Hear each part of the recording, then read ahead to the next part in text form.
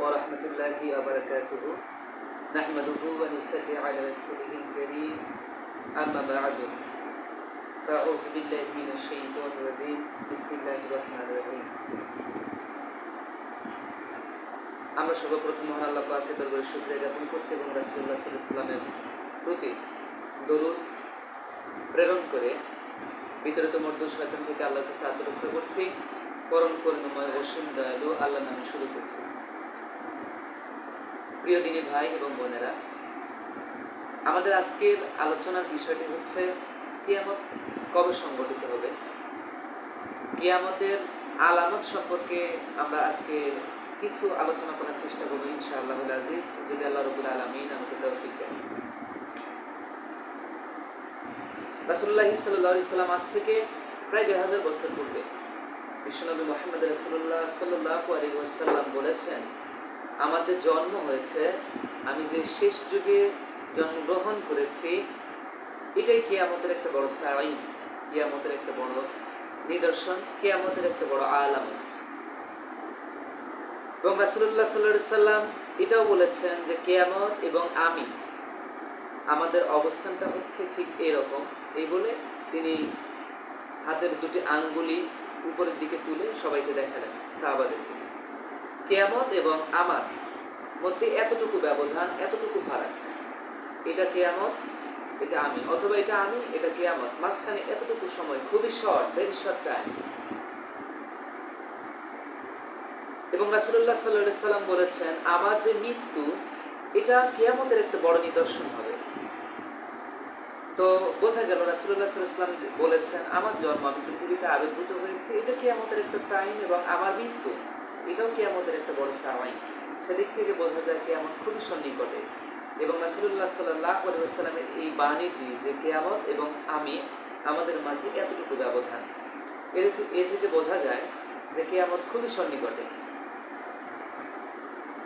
রাসূলুল্লাহ সাল্লাল্লাহু আলাইহি ওয়াসাল্লাম বলেছেন, তোমরা যখন দেখবে দাসী তার মনিবকে প্রসব করছে, তখন কিয়ামতের অপেক্ষা করবে।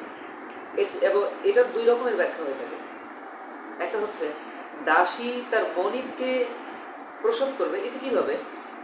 পিতামাতা সন্তানকে জন্ম দিয়েছে, দেওয়ার পর যখন দেখবে সন্তান পিতামাতার সাথে দাসীর মতো আচরণ করতেছে, ঠিক তখন তোমরা মনে করবে যে কিয়ামত খুবই সন্নিকটে।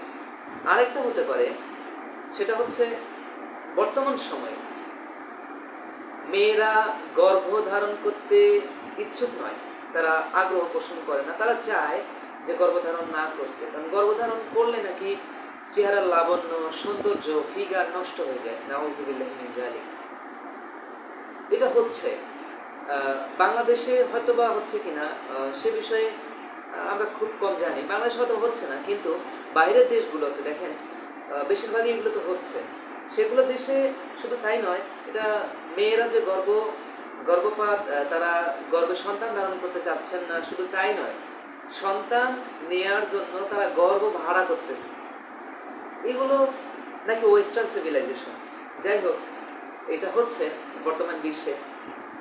মেয়েদেরকে ভাড়া করতেছে, ভাড়া করার পর তাদেরকে গর্ভটাকে ভাড়া করতেছে, মাত্র এই 1 বছর বা 10 মাস যতদিন হয়, সন্তান খালাস হয়ে গেল, সন্তান ভূমিষ্ঠ হলো, ওই মহিলাকেও তার পারিশ্রমিক দিয়ে দেওয়া হলো, মহিলাও খালাস।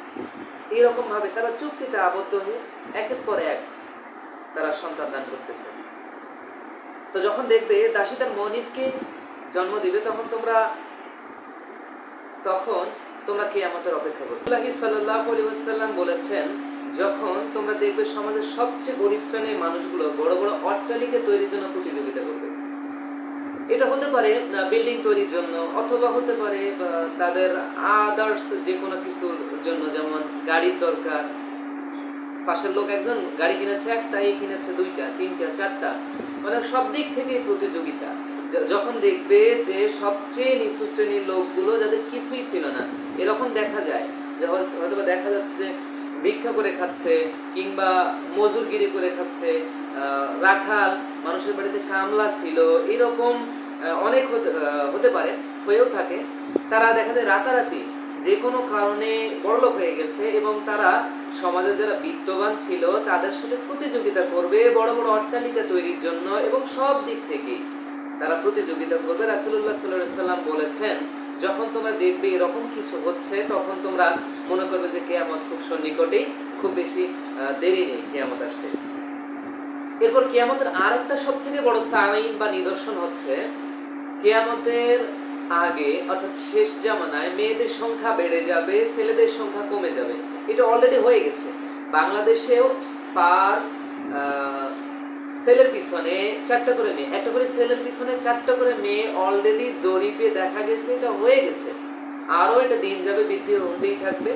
এটা অনেক কারণ হতে পারে, তবে সব থেকে একটু বড় কারণ আমি বলি, সেটা হচ্ছে আমরা যে বর্তমান সময়ে ল্যাপটপ, কম্পিউটার অথবা মোবাইল নিয়ে আমরা যে মোবাইলের দিকে, ইন্টারনেটের দিকে, ল্যাপটপ এগুলোর দিকে যেভাবে ঝুঁকে পড়েছে, এটার যে রেডিয়েশনটা, মোবাইলের যে রেডিয়েশনটা, এটা সরাসরি আমাদের শরীরে, আমাদের দেহের ভিতরে ঢুকতেছে, যার কারণে পুরুষ সন্তান জন্ম দেওয়ার মতো ক্ষমতা হারিয়ে ফেলেছে। এই জন্য দিনের পর দিন মেয়ে সন্তানই অধিক জন্ম হচ্ছে এবং হবে। এটা কিয়ামতের সব থেকে বড় একটা সাইন। কিয়ামতের আর একটা বড় সাইন হচ্ছে, মেয়েরা ছেলেদের পোশাক পরবে এবং ছেলেরা মেয়েদের পোশাক পরবে। জানি না আমি যে আমার এই আলোচনাটা কোনো মা বোনদের কাছ পর্যন্ত যাবে কিনা। যদি যায় তাহলে মা এবং বোনদের উদ্দেশ্যে বলতেছি, খুবই সাবধান। কিয়ামতের আগে রাসূলুল্লাহ সাল্লাল্লাহু আলাইহি ওয়াসাল্লাম বলেছেন, মেয়েরা ছেলেদের পোশাক পরবে এবং ছেলেরা মেয়েদের পোশাক পরবে। এটা অলরেডি হয়ে যাচ্ছে, হয়ে গিয়েছেও। ছেলেরা দেখবেন যে আজকাল মেয়েদের মতো মেয়েদের চুড়ি, মেয়েদের ব্রেসলেট, মেয়েদের অনেক কিছুই ছেলেরা এখন ব্যবহার করে। দেখলে মনেই হয় না যে, গলায় চেন দেয়, দেখলে মনেই হয় না যে এটা ছেলে কিংবা মেয়ে। এটা হলো ছেলেদের অবস্থা। আর মেয়েদের অবস্থাটা হচ্ছে এরকম যে তারা পুরুষের জায়গাটা দখল করে ফেলবে, পোশাকের দিক থেকে এবং আদার্স দিক থেকেও। তো মেয়েদের অবস্থাটা কিরকম, তারা এমন পোশাক পরবে, পোশাক পরার পরেও তাদেরকে মনে হবে যে তারা উলঙ্গ। আচ্ছা, এই বিষয় নিয়ে পরে আসতেছি। তবে আমরা আসি সোশ্যাল ফাংশনাল রুল। মেয়েদের জায়গায় মেয়েরা না থেকে ছেলেরা, এবং ছেলেদের জায়গায় মেয়েরা যে থাকে, এটা একটা বাস্তব উদাহরণ দিই। আপনি দেখেন, আজকে বিশ্বের সব ক্ষেত্রেই, নট অনলি বাংলাদেশ, বিশ্বের সব ক্ষেত্রেই মেয়েরাই আগে নেতৃত্ব দিচ্ছে এবং ছেলেরা তার পিছনে পিছনে স্যার, ম্যাডাম এইভাবে বলে তাদেরকে তার পিছনে পিছনে ঘুরতেছে। আপনি যান, কোথায় দেখবেন, দেখেন দেশ শাসন করতেছে সেখানেও। আমি কিন্তু কোনো রাজনৈতিক কথা বলার জন্য এগুলো বলতেছি না, জাস্ট আপনাদেরকে একটা উদাহরণ আপনাদেরকে দেখিয়ে দিতে চাচ্ছি। প্রতিটা ক্ষেত্রেই, সমাজের প্রতিটা ক্ষেত্রে মেয়েদের অবস্থানটা সবার আগে, এবং বলা হয় যে লেডিস ফার্স্ট, মেয়েদের অধিকারটা আগে, তারপর যদি কিছু বেঁচে থাকে তাহলে ছেলেদের অধিকার দেওয়া হবে। আমরা বলি এটা সোশ্যাল ফাংশনাল রুল। আসলে কি বলবো, এখানে কিছু বলার নেই। তো মেয়েরা ছেলেদের জায়গায় এবং ছেলেরা মেয়েদের জায়গায়। দেখেন আবার ছেলেরা ঘর সামলাচ্ছে, রান্না বান্না করতেছে, বাচ্চা কাচ্চা সামলাচ্ছে, তার ওয়াইফ গুলো গেসার ডেলিভারি করতেছে, নেতৃত্ব দিচ্ছে প্রতিটা ক্ষেত্রে।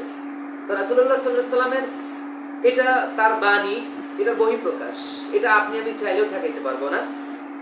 রাসূলুল্লাহ সাল্লাল্লাহু আলাইহি ওয়াসাল্লাম বলেছেন, শেষ জামানায় 2 শ্রেণীর লোকের আবির্ভাব ঘটবে, যাদেরকে আমি এখনো পর্যন্ত দেখিনি।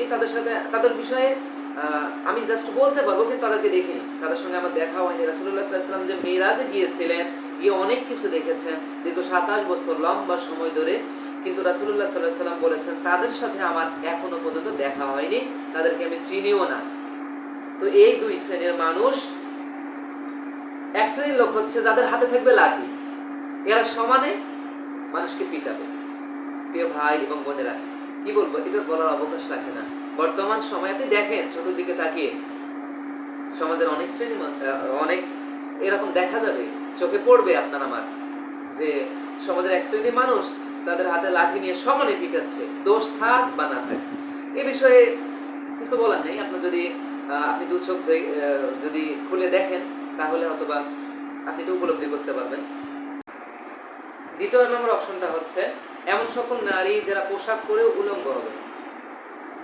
সাহাবাগণ জিজ্ঞেস করলে, ইয়া রাসূলুল্লাহ, এটা কিভাবে সম্ভব, মানুষ কিভাবে পোশাক পরে উলঙ্গ হতে পারে? রাসূল সাল্লাল্লাহু আলাইহি ওয়াসাল্লাম বললেন, এমন সব পাতলা পোশাক পরবে যেগুলো পোশাক পরার পরেও ভিতরে সবকিছু দেখা যাবে, আর এমন সব টাইট স্কিন পোশাক পরবে যেগুলো পরার পরে শরীরের উঁচু নিচু ভাঁজগুলো সব দেখা যাবে, এবং এটা পর্দা করা বা না করা দুই সমান। রাসূলুল্লাহ সাল্লাল্লাহু আলাইহি ওয়াসাল্লাম বলেছেন শেষ জামানে আর একটা বড় সাইন হচ্ছে সমাজের সর্বস্তরে সুদের সয়লাভ দেখা দেবে। আর এটা বড় অবকাশ রাখে না। বর্তমান সময়ে প্রতিটা ক্ষেত্রে প্রতিটা স্তরে সুদের সয়লাভ হয়ে গেছে।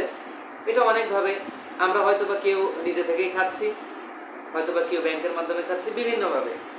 আল্লাহ রাব্বুল আলামিন বলেছেন ইয়া আইয়ুহাল্লাযিনা আমানু ইত্তাকুল্লাহ, হে ঈমানদাররা তোমরা আল্লাহকে ভয় করো, ওয়াজারু মা বাকিয়া মিনার রিবা, এবং সুদের সিটা ফোঁটাগুলো তোমরা বাদ দিয়ে দাও। ইন কুনতুম মুমিনিন, যদি তোমরা মুমিন হতে চাও। ওয়া ইন লাম তাফআলু, আর যদি তোমরা তা না করো, তোমরা যদি সুদের সিটা ফোঁটাগুলো বাদ দিয়ে না দাও, সুদকে তোমরা বাদ না দাও, ফাআজানু বিহারবিন মিনাল্লাহি ওয়া রাসূলি, তাহলে তোমরা জেনে রাখো এর সবচেয়ে বড় গুনাহ হচ্ছে তোমরা রাসূল সাল্লাল্লাহু আলাইহি ওয়াসাল্লাম ও আল্লাহ রাব্বুল আলামিনের সাথে জিহাদ ঘোষণা করতেছো। রাসূলুল্লাহ সাল্লাল্লাহু আলাইহি ওয়াসাল্লাম বলেছেন যে ব্যক্তি সুদ খায় সেও জাহান্নামে যাবে, যে সুদ খায় না সুদ দেয় সেও জাহান্নামে যাবে। আর এক শ্রেণীর মানুষ আছে যে সুদ খায়ও না সুদ দেয়ও না কিন্তু সুদের সাক্ষী থাকে, এও জাহান্নামী। আর এক শ্রেণীর মানুষ রয়েছে যে সুদ খায় না দেয়ও না এবং সাক্ষীও থাকে না, সে শুধু লিখে রাখে কাকে কতটুকু সুদ দিলে এবং কবে পাওয়া যাবে। এই ক্ষেত্রে ব্যাংকিং সিস্টেমটা ঢুকে গেছে। তো সেদিক থেকে ব্যাংকে চাকরি করাটাও আসলে একটু ইসলামের দৃষ্টিতে অন্যরকম মনে হয়। তো আমরা যদি পারি যতটুকু যে পারবো ব্যাংকের চাকরিগুলোকে অ্যাভয়েড করে অন্য সব চাকরির ব্যবস্থা করে ওই দিক থেকে আমাদের রিজিকের অন্বেষণ করবো ইনশাআল্লাহ আজিজ। তো এই 4 শ্রেণীর মানুষই জাহান্নামী। তাই আমরা যতদূর সম্ভব আমরা এই সমাজের যে সুদ সর্বস্তরে ছেয়ে গেছে আমরা এইগুলো থেকে নিজেকে বিরত রাখবো। আর যদি আপনি মনে করেন যে না আমার কোনো সমস্যা নেই, তাহলে আপনি খাইতে পারেন, খান। যদি নিজেকে মুমিন দাবি করেন, যদি জান্নাত লাভের আশা করেন, তাহলে অবশ্যই অবশ্যই আপনাকে সুদ থেকে বাদ দিয়ে দিতে হবে, সুদকে ছেড়ে দিয়ে দিতে হবে। প্রিয় দিনী ভাই এবং বোনেরা, রাসূলুল্লাহ সাল্লাল্লাহু আলাইহি ওয়াসাল্লাম বলেছেন সমাজে আলেমদের সংখ্যা কমতে থাকবে, মানুষ জাহেলদেরকে আলেম হিসেবে গ্রহণ করবে, তারা মানুষকে ভুল পথে পরিচালিত করবে এবং নিজেরাও পথভ্রষ্ট হবে। এটা অলরেডি শুরু হয়ে গেছে। এই টপিকগুলোর উপর বিস্তারিত কিছু বলার নেই, আমি গুরুত্বপূর্ণ টপিকগুলোর উপর বিস্তারিত বলবো। যদি বলতে যাই তাহলে ভিডিওর লেন্সটা অনেক বেশি হয়ে যায়। প্রিয় ভাই এবং বোনেরা, আরেকটা হচ্ছে সে জামানায় ইলম উঠে যাবে। এটা অলরেডি ইলম উঠে যাচ্ছে, এটা বলার কিছু নেই, এটা উঠে যাচ্ছে। সত্যিকারের জ্ঞান, কোরআন সুন্নাহর জ্ঞানগুলো উঠে যাবে, জাহিলিয়াতের জ্ঞানে সমাজ ভরে যাবে। আর আমরা হয়তো বা বলবো যে এটা প্রগতি। অলরেডি কোরআন সুন্নাহর ইলমগুলো উঠে গেছে। আমরা এখন হাত দিয়ে না খেয়ে চামচ দিয়ে খাই, কাঠি দিয়ে খাই, বাম হাত দিয়ে খাই, দুই সমান, দাঁড়িয়ে প্রস্রাব করি, বসে তো প্রস্রাব করিই না। এগুলো এরকম অনেক রয়েছে যা জাহিলি যুগের সাথে সামঞ্জস্যপূর্ণ। আল্লাহ পাক আমাদের সকলকে এ থেকে হেফাজত করুন বলে আমি।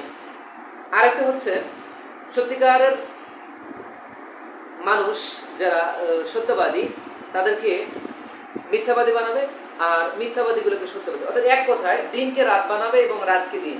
মিথ্যাবাদীকে সত্যবাদী বানাবে আর সত্যবাদীকে মিথ্যাবাদী বানাবে। এটা হয়তো অলরেডি বাংলাদেশে শুরু হয়ে গেছে। আর শেষ জামানায় মুমিনদের জন্য টিকে থাকা অত্যন্ত কষ্টকর হয়ে যাবে। রাসূল সাল্লাল্লাহু আলাইহি ওয়াসাল্লাম বলেছেন আগুন হাতে নিয়ে মানুষের জন্য চলা যা কষ্টকর, তার থেকেও বেশি কষ্ট হয়ে যাবে ঈমান নিয়ে চলা। তো এই দিনগুলো সামনের দিকে ইনশাআল্লাহ আসতেছে, আমরা সদা প্রস্তুত থাকবো এই দিনগুলোতে যেন নিজের ঈমানকে টিকিয়ে রাখতে পারি। শেষ জামানায় সময় খুব দ্রুত চলে যাবে আর সময়ের ভিতরে কোনো বরকত থাকবে না। এটা অলরেডি শুরু হয়ে গেছে। এই তো মনে হচ্ছে যে 2-4-5 বছর আগে জিনিসটা তো ঘটে গেল, চোখের সামনে মনে হচ্ছে কয়েকদিন আগের কথা। রাসূল সাল্লাল্লাহু আলাইহি ওয়াসাল্লাম বলেছেন শেষ জামানায় দিন যাবে, বছর যাবে মাসের মতো, মাস যাবে সপ্তাহের মতো, সপ্তাহ যাবে দিনের মতো, আর দিন যাবে ঘন্টার মতো। প্রিয় দিনী ভাই এবং বোনেরা, সময়ের ভিতরে কোনো বরকত থাকবে না। আর কিভাবেই থাকবে?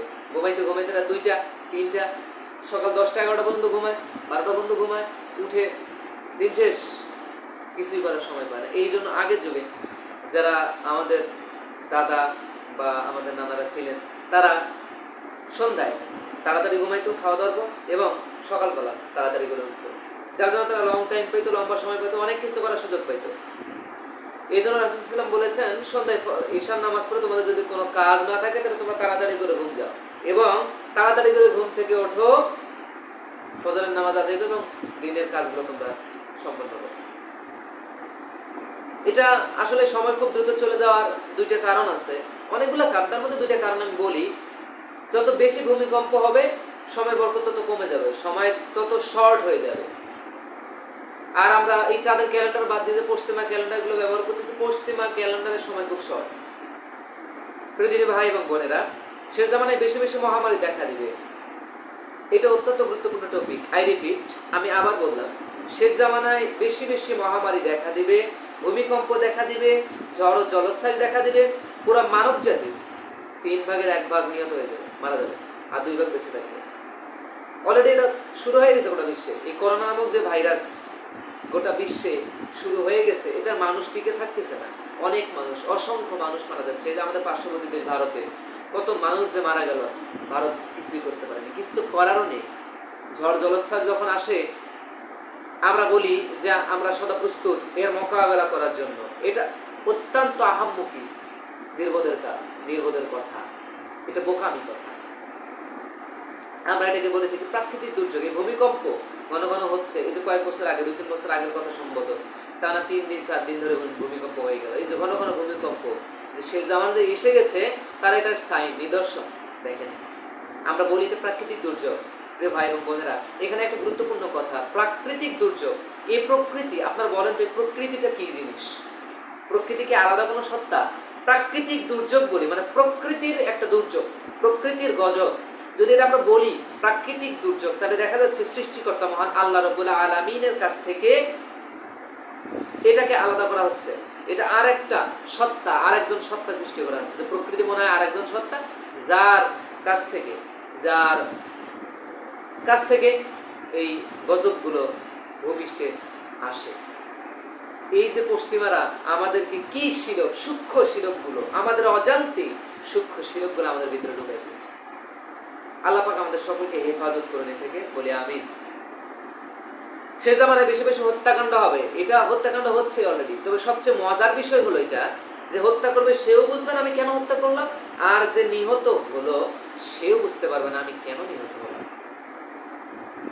রাসূলুল্লাহ সাল্লাল্লাহু আলাইহি ওয়াসাল্লাম বলেছেন, শেষ জামানায় এমন একটা অবস্থা হবে যে একজন মুমিনকে পাহাড়ের পাদদেশেও হিজরত করা লাগতে পারে, সেখানে কিছু মেষ, কিছু বকরি নিয়ে, যেখানে বৃষ্টিপাত হয় সেখানে গিয়ে সে ঈমান বাঁচানোর জন্য সেখানে চলে যাবে। আমার মনে হয় যে এই যুগটা, এই সময়টা এখনো আসেনি, তবে সামনের দিনগুলোতে ইনশাআল্লাহ আসতেছে খুব দ্রুত, অতি শীঘ্রই। তবে আল্লাহ পাক আমাদের সকলকে এই দিনগুলোতে ঈমান টিকিয়ে রাখার মতো তৌফিক দান করুন বলে আমিন। রাসূলুল্লাহ সাল্লাল্লাহু আলাইহি ওয়াসাল্লাম বলেছেন, সেই জামানায় ইয়াজুদ আর মাজুদের আবির্ভাব হবে। এমন কোন জায়গা থাকবে না ইয়াজুদ আর মাজুদ ফিতনা ছড়াবে না। এই ইয়াজুদ আর মাজুদ সম্পর্কে আমরা অনেকেই জানি। সেই জামানায় 3টা বড় বড় ভূমিকম্প হবে, হয়তোবা এটা অনেকেই জানেন না, এটা গুরুত্বপূর্ণ একটা টপিক। শেষ জামানায় 3টা বড় বড় ভূমিকম্প হবে। একটা হবে গোটা বিশ্বের পূর্ব দিকে, অর্থাৎ আমাদের দিকে, বাংলাদেশ, ভারত, পাকিস্তান, আফগানিস্তান, মালয়েশিয়া, ইন্দোনেশিয়া, শ্রীলঙ্কা, এই দিকে। আরেকটা ভূমিকম্প হবে বিশ্বের পশ্চিম দিকে, Europe, America, Britain, France, Italy, এই দিকে। আরেকটা ভূমিকম্প হবে গোটা বিশ্বের মাঝখানে, এই জাজিরাতুল আরব, আরব ভূখণ্ডের উপরে। আর এই ভূমিকম্পগুলো যে হবে, যেখানেই হবে ভূমিকম্প, সেখানে মাটিগুলো ধসে যাবে, ধসে গিয়ে সেখানে আর ভূমি থাকবে না, দরিয়া হয়ে যাবে, ভূখণ্ড থাকবে না এখানে। আর অফকোর্স আমি গ্যারান্টি দিয়ে বলতে পারি, তখন এই ইউরোপ, আমেরিকা বলতে কিছুই থাকবে না, ইউকে, ইউএসএ বলতে কিছুই থাকবে না। গোটা বিশ্ব যা মাতব্বরি করতেছে এই দেশগুলো থাকবে না। গোটা পৃথিবী 2 ভাগে ভাগ হয়ে যাবে। একটা ভাগ হবে মুসলিমদের, আর একটা অমুসলিমদের। মুসলিমদের মাঝে কোনো ঐক্য থাকবে না, এটা অলরেডি শুরু হয়ে গেছে। প্রিয় ভাই এবং বোনেরা, দুঃখজনক হলেও সত্য, এটা অলরেডি শুরু হয়ে গেছে। আমাদের ভিতরে কোনো ইউনিটি নাই, কোনো একতা নাই। আমরা একে অপরের সাথে দলাদলি, গুতাগুতি করে আলাদা আলাদা, নিজেরা ভাগ হয়ে গেছে। আমাদের দ্বন্দ্ব কোথায় জানেন?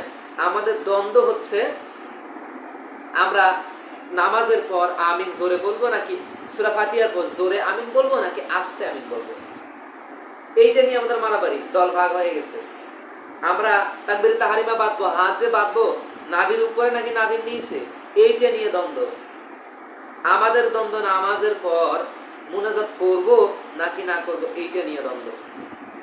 আমাদের দ্বন্দ্ব এই সূক্ষ্ম সূক্ষ্ম বিষয়গুলো নিয়ে।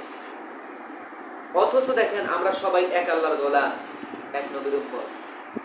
আমাদের আমাদের মতের সাথে তার মত মেলে না, সে আলাদা, সে তাবলীগ, সে জামাত ইসলাম করে। সে কি করে? ও হচ্ছে তাবলীগ করে, ও হেফাজত পার্টি, আমি হলাম হানাফি, ও হলো মালিকি, ও শাফি, ও হাম্বলি। আমাদের কারোর সাথে কারো মিল নেই, মানে ওদের তরিকার সাথে আমাদের তরিকা মিল নেই। ও হচ্ছে অমুক পীরের মুরিদ, আমি আরেক পীরের মুরিদ, এর তরিকার সাথে আমাদের তরিকা মিল নাই, আমরা ভাগাভাগি হয়ে গেছি। এমনকি মসজিদগুলো পর্যন্ত আমরা ভাগ করে নিয়েছি। আহলে হাদিসের মসজিদে কোন হানাফি নামাজ পড়তে যায় না, হানাফির মসজিদে আহলে হাদিস নামাজ পড়তে আসে না। কেন ভাই এরকম দ্বন্দ্ব? আমরা তো সবাই এক আল্লাহর বান্দা, এক আল্লাহর গোলাম, এক নবীর উম্মত। আমাদের ধর্ম ইসলাম, আমরা সবাই ভাই ভাই, কুল্লু মুসলিমিন ইখওয়ান, প্রত্যেক মুসলমান আমরা ভাই ভাই। আমরা নিজেরা দ্বন্দ্ব করতেছি, আর ওই দিক থেকে রাম আর বামেরা যেমন খুশি তেমনি দেশ চালায়। কি একটা অবস্থা প্রিয় ভাই এবং বোনেরা। আল্লাহ রাব্বুল আলামিন বলেছেন, ইয়া আইয়ুহাল্লাযিনা আমানু, হে ঈমানদারেরা, তোমরা এক হও, ওয়ালা তাফাররাকু, তোমরা বিচ্ছিন্ন হয়ো না, ওয়ালা তাসামু বিহাবলিল্লাহি ওয়ালা তাফাররাকু, তোমরা সবাই আল্লাহর রশিকে দৃঢ়ভাবে শক্ত করে ধরে থাকো, এক হয়ে, ঐক্য হয়ে। তোমরা ওয়ালা তাফাররাকু, ফারাক হয়ো না, তোমরা একে অন্যের থেকে সিটাসিটি হয়ো না। যখনই হবা তখনই বিপদ। আজকে গোটা বিশ্বের মুসলমানরা যদি আমরা এক হতাম, এক থাকতাম, তাহলে ওই ইসরায়েলের মতো দেশেরা, ইসরায়েলের মতো বাহিনীরা গোটা বিশ্বের মুসলমানদের উপরে নির্যাতন করার সাহস পেত না। ইউএস এর মতো দেশেরা গোটা বিশ্বের মুসলমানদের উপর নির্যাতন করার সাহস পেত না। আজকে এই মায়ানমারের মতো দেশে মুসলিমদের উপর এত নির্যাতন হতো না। হয়তো আপনি বলতেছি যে এটা তো হয়েছে ফিলিস্তিনে, এটা হয়েছে মায়ানমারে, বার্মায়, আমরা বাংলাদেশে আছি, আমাদের কোনো সমস্যা নেই ভাই। এই আবহাওয়া আপনাদের উপরেও আসতে পারে। তাই আসুন আমরা সকলেই এক হই, সবকিছু দলাদলি ভুলে যাই, ভুলে গিয়ে আমরা এক হই, আল্লাহর রশিকে আমরা সকলেই এক হই, দৃঢ়ভাবে ধারণ করার চেষ্টা করে। আল্লাহ পাক আমাদের সকলকে তৌফিক দান করুন, সকলে বলে আমিন। প্রিয় দিনী ভাই এবং বোনেরা, এই মুসলিমরা বিভিন্ন দলে ভাগ হয়ে যাবে, দল এবং উপদলে ভাগ হয়ে যাবে, যে যার আমি ব্যাখ্যা আপনাদেরকে দিলাম, এটা অলরেডি হয়ে গেছে। পৃথিবীর এক ভাগ হবে কুফাবাসীদের অর্থাৎ মুসলিমদের, আর এক ভাগ হবে অমুসলিমদের। কুফাদের দ্বারা মুসলিমরা নির্যাতিত হবে। তো মুসলিমরা নির্যাতিত হবেই, একটা হবে কুফাদের, একটা মুসলিমদের। তো এই কুফাবাসীরা যারা হাসান হুসাইনের উপর, এদের উপর নির্যাতন করেছে, এই কুফাবাসীরা এখনো মুসলিমদের উপর নির্যাতন করবে। রাসূলুল্লাহ সাল্লাল্লাহু আলাইহি ওয়াসাল্লাম বলেছেন, যখন এই নির্যাতন করতে করতে করতে করতে জুলুম আর নির্যাতনে ভরে যাবে, যখন গোটা পৃথিবী যখন জুলুমের জয় হতে যাবে, জয়কার চলবে, ঠিক তখনই আরব ভূখণ্ডে নেতৃত্ব নিয়ে টঙ্গল সৃষ্টি হবে, দ্বন্দ্ব সৃষ্টি হবে, ঝগড়া বিবাদ সৃষ্টি হবে। তখন মানুষ আর নেতা খুঁজে পাবে না, কার নেতৃত্ব তারা নিবে, কার নেতৃত্বে দেশ চলবে, এরকম নেতা খুঁজে পাবে না। ঠিক ওই সময় মদিনা হতে একটা ব্যক্তি, একটা লোক, মক্কা হতে একটা লোক মদিনায় আসবে, পালিয়ে আসবে। কেন পালিয়ে আসবে? এই লোকটা নেতৃত্ব চাবে না, মক্কাবাসী নেতৃত্ব দিতে চাবে, সে নেতৃত্ব চাবে না, এই জন্য পালিয়ে মদিনায় আসবে। তাকে খুঁজতে খুঁজতে মানুষ মদিনায় আসবে, মদিনায় এসে খুঁজে বের করবে। রাসূল সাল্লাল্লাহু আলাইহি ওয়াসাল্লাম বলেছেন, তার নাম হবে আমার নামে, তার বাবার নাম হবে আমার বাবার নামে, এবং তার মার নাম হবে আমার মার নামে। তার মাতার নাম হবে আমিনা, তার বাবার নাম হবে আব্দুল্লাহ, আর তার নাম হবে মুহাম্মদ। সে হবে ফাতেমা রাদিয়াল্লাহু তাআলা আনহার বংশের একজন লোক, তার নাম মুহাম্মদ। আর আমরা সকলেই জানি যে ইমাম মাহদীর আবির্ভাব করবে সেই যুগে, এই ব্যক্তিটাই হলো ইমাম মাহদী, এই ব্যক্তিটাই হলো মুহাম্মদ। প্রিয় ভাই এবং বোনেরা, যখন এই ইমাম মাহদী, ওনাকে খুঁজে খুঁজে বের করবে মানুষ মদিনায় এসে, এবং তার হাতে বাইয়াত গ্রহণ করবে। আর অফকোর্স তখন ইউএসএ বলতে কোনো দেশ থাকবে না, যারা আজকে গোটা বিশ্বে মাতব্বরি করতেছে। প্রিয় ভাই এবং বোনেরা, এই যখন ইমাম মাহদী হাতে যখন মানুষজন খেলাফত ইসলামী খেলাফতের বায়াত গ্রহণ করবে, ঠিক তখন ইমাম মাহাদিকে মারার জন্য এবং তার অনুসারীদেরকে মারার জন্য সিরিয়া হতে একটা বাহিনী এই মক্কায়, আরব ভূখণ্ডে, মদিনায় এসে আক্রমণ করতে চাইবে। আল্লাহ রাব্বুল আলামিন ওই বাহিনীকে মক্কা এবং মদিনার মাঝখানে বাইদা নামক একটা স্থান রয়েছে, ওই স্থানে ধসিয়ে দিবে, ভূমি সহ তাদেরকে ধসিয়ে দিবে। আর এটাই হচ্ছে ইমাম মাহাদির আলামত। ইমাম মাহাদির সাথে গোটা বিশ্বের ৮০টা দেশ একত্রিত হয়ে অমুসলিমদের বিরুদ্ধে যুদ্ধ করবে। ইমাম মাহাদির সাথে চিন্তা করেন, গোটা বিশ্বের ২২৮টা রাষ্ট্রের মধ্যে গোটা বিশ্বের ৮০টা রাষ্ট্র ইমাম মাহাদির সাথে একত্রিত হয়ে মুসলিমদের পক্ষে হয়ে অমুসলিমদের বিরুদ্ধে যুদ্ধ করবে। তাহলে তখন কি ইউরোপ আমেরিকা থাকার কথা? কখনোই না। তখন মুসলিমরা এই যুদ্ধক্ষেত্রে হবে ৩ ভাগ। এক ভাগ যুদ্ধক্ষেত্রেই নিহত হয়ে যাবে, আর এক ভাগ যুদ্ধের ময়দান থেকে পালিয়ে যাবে। আর আল্লাহ রাব্বুল আলামিন কখনোই এদেরকে ক্ষমা করবেন না। এরা হলো মুনাফিক। শুধু মুনাফিক না, এরা চিহ্নিত মুনাফিক। এদেরকে আল্লাহ রাব্বুল আলামিন কখনোই ক্ষমা করবেন না। আর এক ভাগ যারা বেঁচে থাকবে, এদের হাতেই আল্লাহ রাব্বুল আলামিন বিজয় তুলে দিবে। তারা ইমাম মাহাদির সাথে ইসলামী খেলাফত প্রতিষ্ঠিত করবে। ভালো করে শুনেন, ইসলামী খেলাফত প্রতিষ্ঠিত করবে। তখন এই ইউরোপ আমেরিকার আব্রাহাম লিঙ্কনের তৈরি করা ডেমোক্রেসি, গণতন্ত্র তখন গোটা বিশ্বে থাকবে না। গোটা বিশ্বে ইসলামী খেলাফত প্রতিষ্ঠিত হবে। আর আমি দিল থেকে বলতে পারি, অন্তর থেকে বলতে পারি, গোটা বিশ্বে, শুধু আমাদের দেশ বাংলাদেশ না, গোটা বিশ্বের কোথাও এই ডেমোক্রেসি, মানুষের তৈরি করা গণতন্ত্র থাকবে না। ইসলামী খেলাফত, আল্লাহর তৈরি করা খেলাফত তখন গোটা বিশ্বে প্রতিষ্ঠিত হবে ইনশাআল্লাহুল আজিজ। আর আল্লাহ প্রতিষ্ঠিত করবেন, করেই ছাড়বেন। কোন মানুষের পক্ষে চাইলে এটাকে প্রতিহত করা সম্ভব নয়। আর যদি আপনি মনে করেন যে আমি করতে পারবো, চেষ্টা করতে পারি। ইমাম মাহদী 7 থেকে 9 বছর বেঁচে থাকবেন। এর মাঝে কুফাদের সাথে অনেক ছোটখাটো যুদ্ধ হবে, সেখানে মুসলিমদের বিজয় হবে। আর ইমাম মাহাদির হাতে তুরস্কের ইস্তাম্বুল নগরী বিজিত হবে। তুরস্কের ইস্তাম্বুল নগরী বিশ্ববিখ্যাত ট্রয় নগরী, তুরস্ক। এই তুরস্কের ইস্তাম্বুল নগরী বিজিত হয়ে যাবে। এই নগরীতে যখন মুসলিমরা ঘাঁটি করবে, তখন শয়তান একজন ইহুদি যুবকের বেশে আসবে। যুবকের বেশে এসে তখন এই মুসলিমদেরকে খবর দেবে যে দাজ্জাল আত্মপ্রকাশ করেছে। দাজ্জাল, খারে দাজ্জাল, মাসিহ দাজ্জাল, এই দাজ্জাল আত্মপ্রকাশ করেছে। দাজ্জাল পৃথিবীতে এসেছে। ইহুদিরা দাজ্জালের অপেক্ষায় এখনো আছে, বসে আছে দাজ্জালের অপেক্ষায়। কখন দাজ্জাল আসবে? মাসিহ দাজ্জাল। তাদের নাকি দাজ্জাল নাকি তাদের ত্রাণকর্তা। সে আসলে মাসিহ দাজ্জাল না, সে খারে দাজ্জাল। তারা দাজ্জালকে মাসি মনে করবে এবং মাসি তারা ত্রাণকর্তা মনে করবে। আসলে সে মাসি নয়, সে বন্ড মাসি, সে মাসি নয়। তো দাজ্জাল মুসলিমদেরকে সিরিয়ার মধ্যে ঘেরাও করে ফেলবে। দাজ্জাল আসবে, এসে যে মুসলিমরা সিরিয়া দখল করার পর সিরিয়ায় যে মুসলিমরা ঘাঁটি করলো, তো দাজ্জাল যখন আত্মপ্রকাশ করবে, করার পর দাজ্জাল এসে মুসলিমদেরকে সিরিয়ার মধ্যে ঘিরে ফেলবে, ইমাম মাহাদিকে সহ। তো দাজ্জালের লোকজন চারিদিকে ঘিরে রাখবে, মসজিদের ভিতরে চারিদিকে ঘিরে রাখবে, ইমাম মাহাদি সহ তার অনুসারী সবাইকে দাজ্জাল ঘিরে রাখবে। তাদের অবস্থাটা এমন হয়ে যাবে,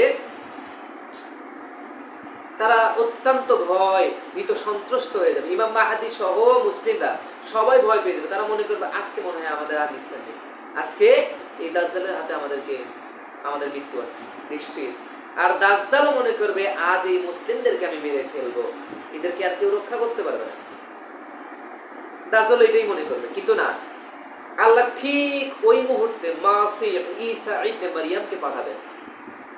মাসিহ, তিনি হলেন সত্য মাসিহ, মুসলিমদের ত্রাণকর্তা। তিনি মুসলিমদেরকে রক্ষা করার জন্য আল্লাহ রাব্বুল আলামিনের দরবারে এই ঈসা আলাইহিস সালাম, এটা আমরা অনেকেই জানি যে ঈসা আলাইহিস সালামকে আল্লাহ পাক আসমানে তুলে নিয়েছিলেন এবং তিনি আবার আসবেন। এটা প্রতিটি ধর্মে রয়েছে। এটা শুধু আমাদের মুসলিম ধর্মে নয়, খ্রিস্টান ধর্মে, ইহুদি, নাসারা,